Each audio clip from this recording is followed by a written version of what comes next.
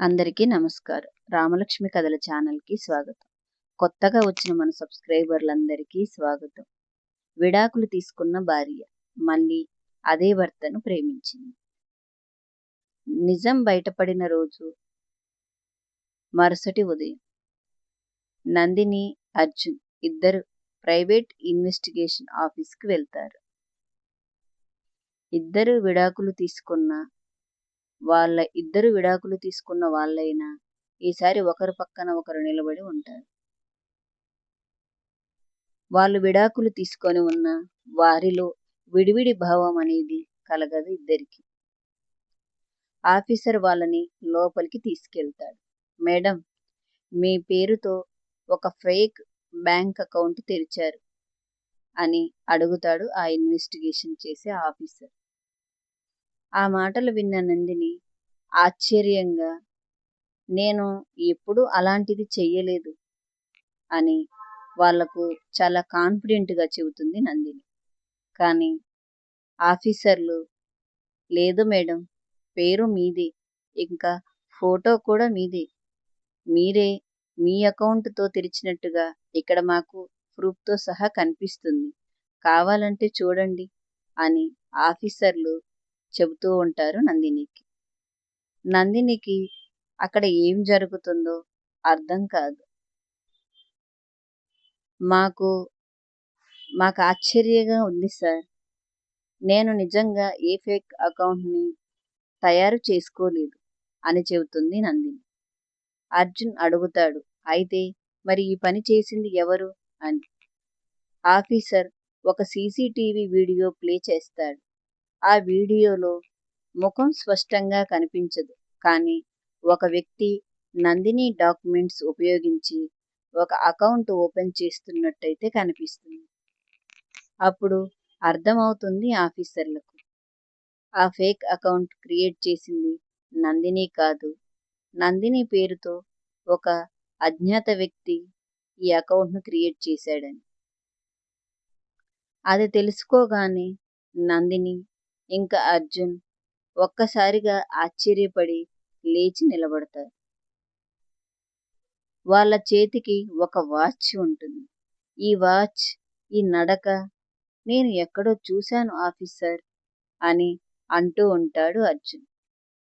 ఆ మాటలు విన్న ఆఫీసర్, ఎవరతను, మీరెక్కడ చూశారు, చెప్పండి, మీకు తెలుసా అతను ఎవరు అని ఆఫీసర్ అర్జున్ని అడుగుతూ ఉంటాడు. అర్జున్ కొద్దిసేపు ఆలోచించి విక్రమ్ అని ఒక పేరు చెబుతాడు. నందిని ఆశ్చర్యంగా చూస్తూ ఉంటుంది. ఆ ఇన్వెస్టిగేషన్ ఆఫీసర్, విక్రమ్? ఎవరా విక్రమ్? అతను మీకు తెలుసా?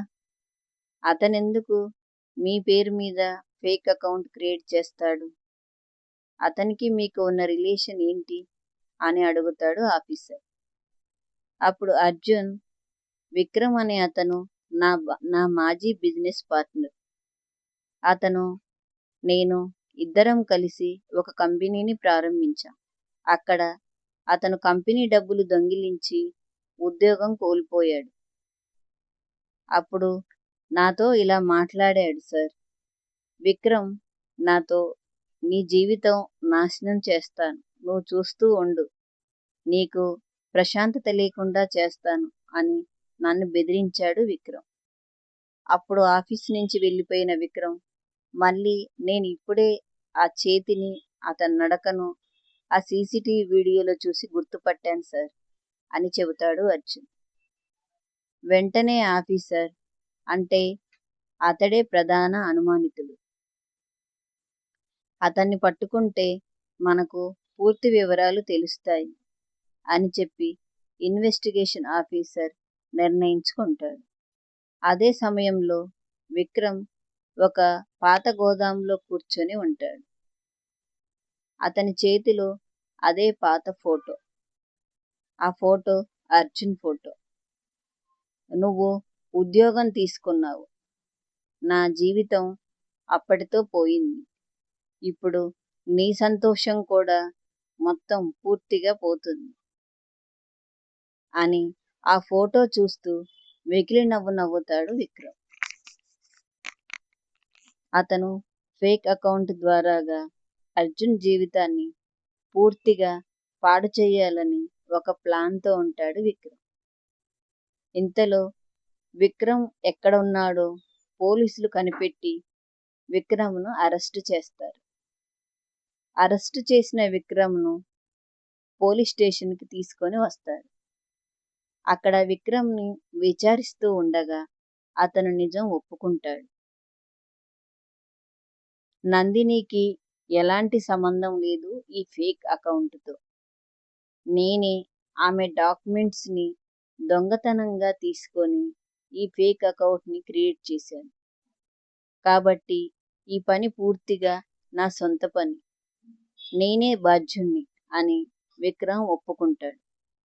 ఆ మాటలు విన్న అందరూ ఊపిరి పీల్చుకుంటారు.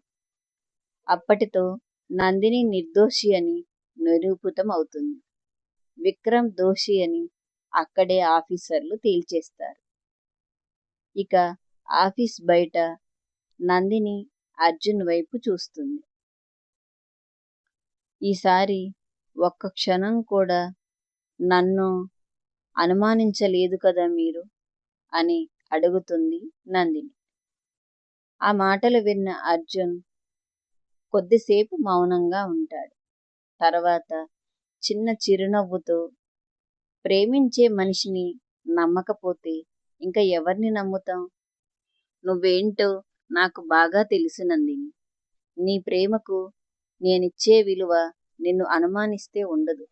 నేను నిన్ను ప్రేమించేవాడిని కాబట్టి నీ పైన నాకు పూర్తి నమ్మకం ఉంటుంది అని చెబుతాడు అర్జున్. ఆ మాటలు విన్న నందిని కళ్ళలో కన్నీళ్లు తిరుగుతాయి. ఇద్దరు విడాకులైనా సరే ఒకరి మనసు ఒకరు అర్థం చేసుకొని మాట్లాడుకుంటారు. ధన్యవాదాలు అని చెప్పాల్సింది అంటూ నందిని అర్జున్కి ధన్యవాదాలు అని చెబుతుంది. ధన్యవాదాలు చెప్పాల్సింది నేను.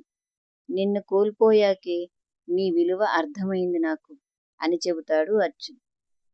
అప్పటి వరకు ఆఫీస్ పని, తర్వాత ఇల్లు అని ఉండే నేను ఎవరు ఎలాంటి వారు, ఎవరితో ఎలా ఉండాలో నీ ప్రేమే నాకు నేర్పించింది నందిని. నువ్వు లేకపోతే నాకు ఏం కోల్పోయానో అర్థమైంది అని అలా మౌనంగా నిలబడిపోతాడు అర్జున్. అక్కడ నందిని కూడా మౌనంగా నిలబడిపోతుంది. ఇలా వారి మధ్య మళ్ళీ ప్రేమ పుట్టింది. కానీ ఆ ప్రేమను మళ్ళీ అంగీకరించే ధైర్యం ఇంకా ఎవరికీ లేదు. ఎందుకంటే ఒకసారి పెళ్ళైపోయి నందిని అర్జున్ని చాలా ప్రేమించింది. కానీ అప్పటి పరిస్థితుల కారణాల వల్ల ఆ ప్రేమ నందినికి అర్జున్ నుంచి లేదు. మళ్ళీ ఇద్దరు విడిపోయి ఇప్పుడు నందిని అర్జున్ని అర్థం చేసుకుంటుంది. అలాగే అర్జున్ కూడా నందిని వెళ్ళిపోయిన తర్వాత తను ఎంత తప్పు చేశాడో తనకు అర్థమవుతుంది. నందిని మనకు దగ్గరగా ఉన్నప్పుడు తన విలువ తెలియలేదు. కానీ నందిని ఇంట్లో నుంచి వెళ్ళిపోయాక తన భార్య విలువ తెలుసుకున్న అర్జున్ తన భార్య తనను ఎంతగా ప్రేమించిందో, తన నుంచి తాను కోరుకున్నది ఏమిటో అర్థం చేసుకున్నాడు అర్జున్. మళ్ళీ నందిని తిరిగి రావాలని మనస్ఫూర్తిగా కోరుకుంటున్నాడు.